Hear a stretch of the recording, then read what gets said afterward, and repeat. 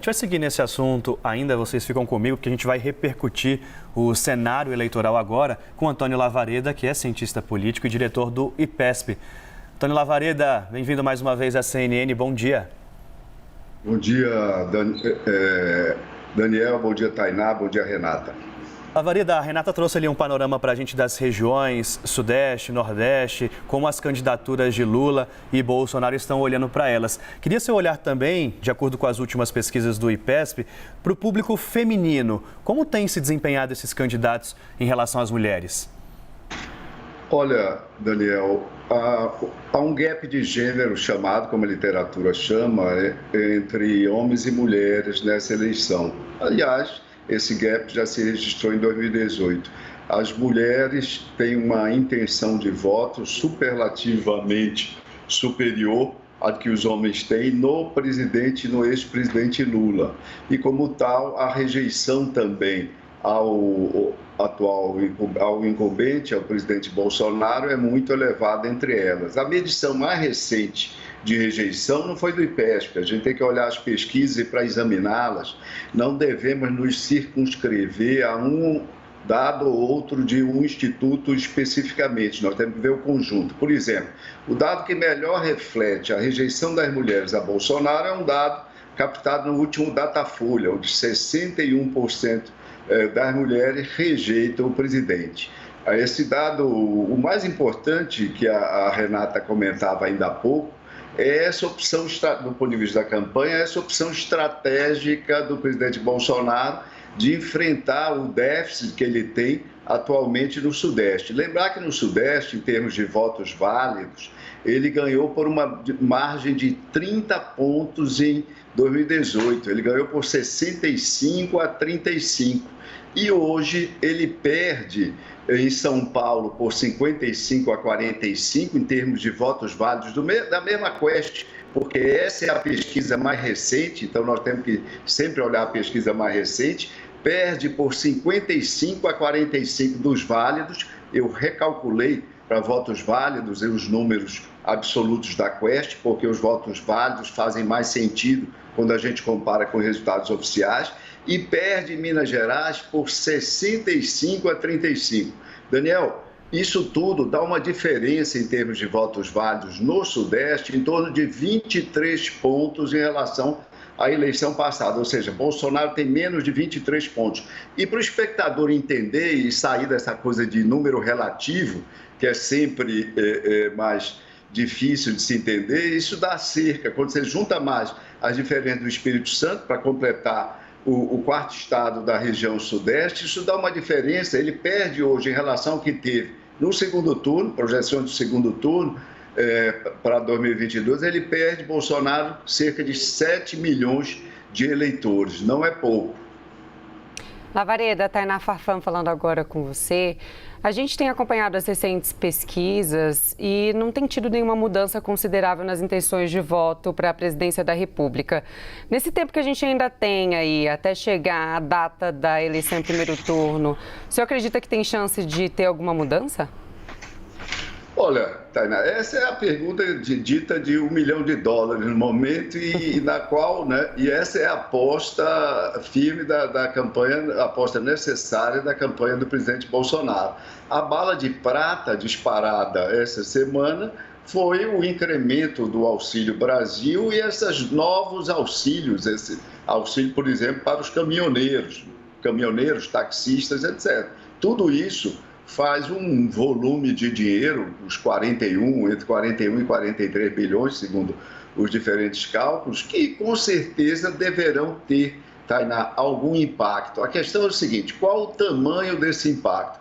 E aí lembrar, esses benefícios, o grosso desses benefícios está concentrado naturalmente entre aquelas famílias que ganham até um salário mínimo de renda mensal, a renda agregada dos indivíduos que trabalham nessas famílias. Pois bem, na última pesquisa do IPESP a respeito, Lula tinha sobre Bolsonaro, nesse segmento, que é o segmento até um salário mínimo, tinha 65-20 no segundo turno, 59-18 no primeiro turno. E por que isso? Porque a percepção de que a economia ia mal para essas famílias, de que a economia do Brasil ia mal, por conseguinte, a economia também para o seu universo familiar, o caminho errado era apontado por 73% contra 20% que apontavam o Brasil no caminho certo, a economia brasileira no caminho certo.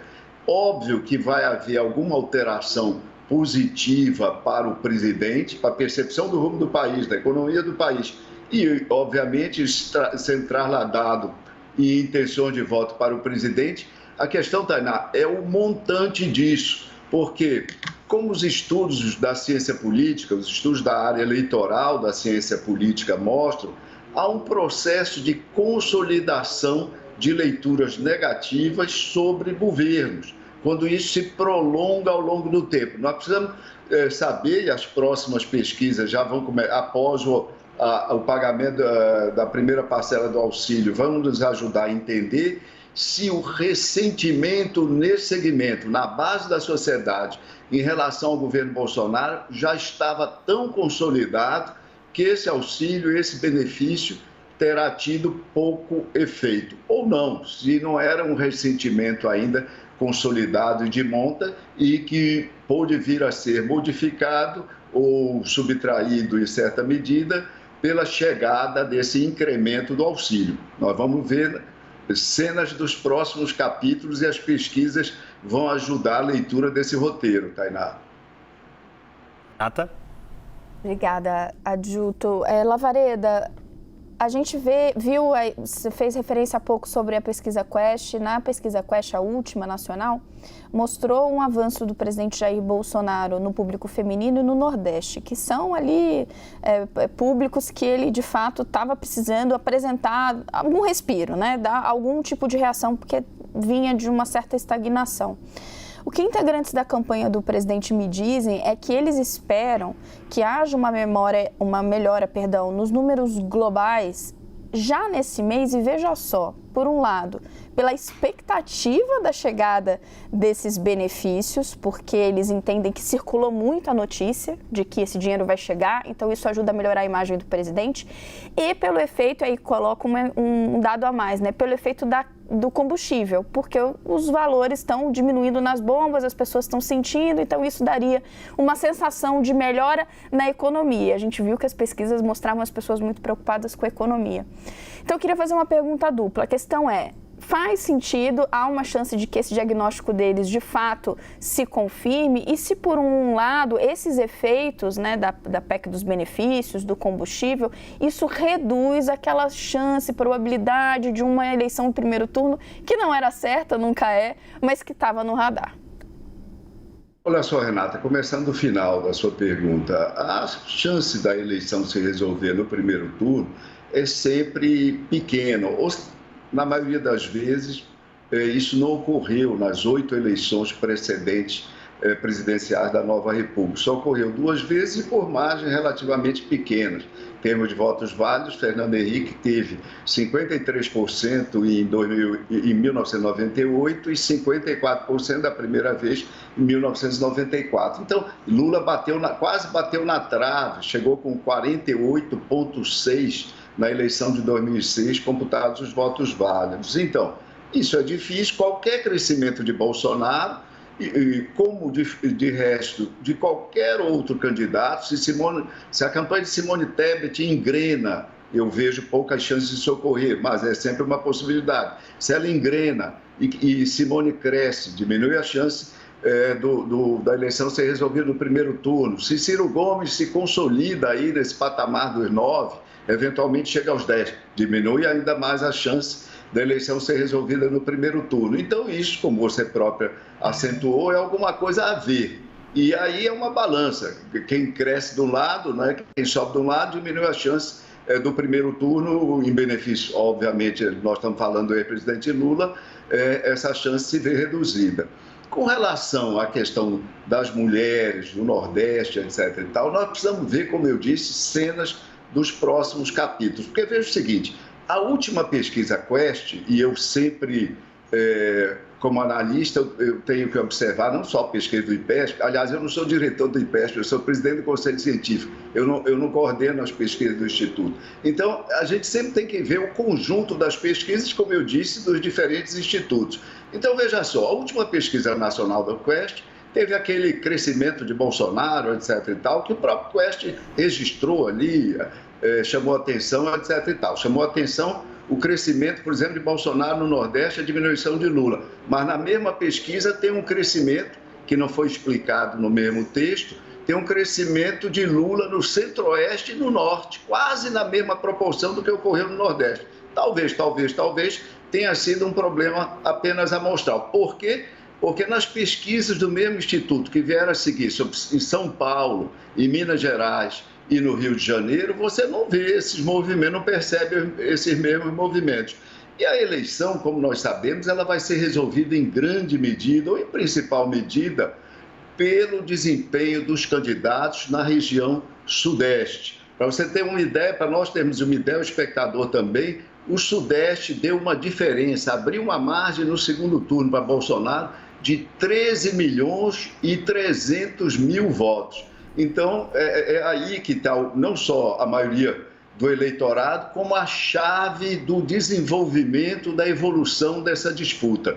Se o Sudeste não mudar substancialmente, a eleição será será como que um jogo jogado em benefício do ex-presidente Lula. Lavareda, a gente está destacando aqui na tela que cresce o número de eleitores aptos a votar em 2022 e um destaque de crescimento de 51% entre os jovens de 16 e 17 anos. Isso pode mudar o resultado das eleições?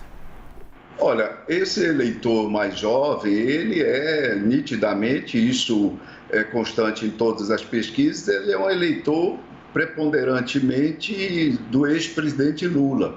O ex-presidente desperta um grande entusiasmo em jovens e parte desses jovens sequer acompanhou de fato o seu governo, etc. e tal, mas o fato é a imagem retrospectiva que o eleitor brasileiro, em especial os jovens, tem dos 2 mandatos do ex-presidente Lula, apesar dos percalços enfrentados pelo seu partido e pelo próprio personagem que todos nós conhecemos, as voltas com o judiciário, condenações, prisão e depois soltura, etc, etc e tal. Então, mas os jovens ainda são, os dados também do TSE mostram, um grupamento importante, mas sensivelmente menor substancialmente menor do que um grupamento que também afirmou uma presença maior nessa eleição agora, em termos de registro, que tem voto não obrigatório, que é o grupamento dos mais de 70 anos.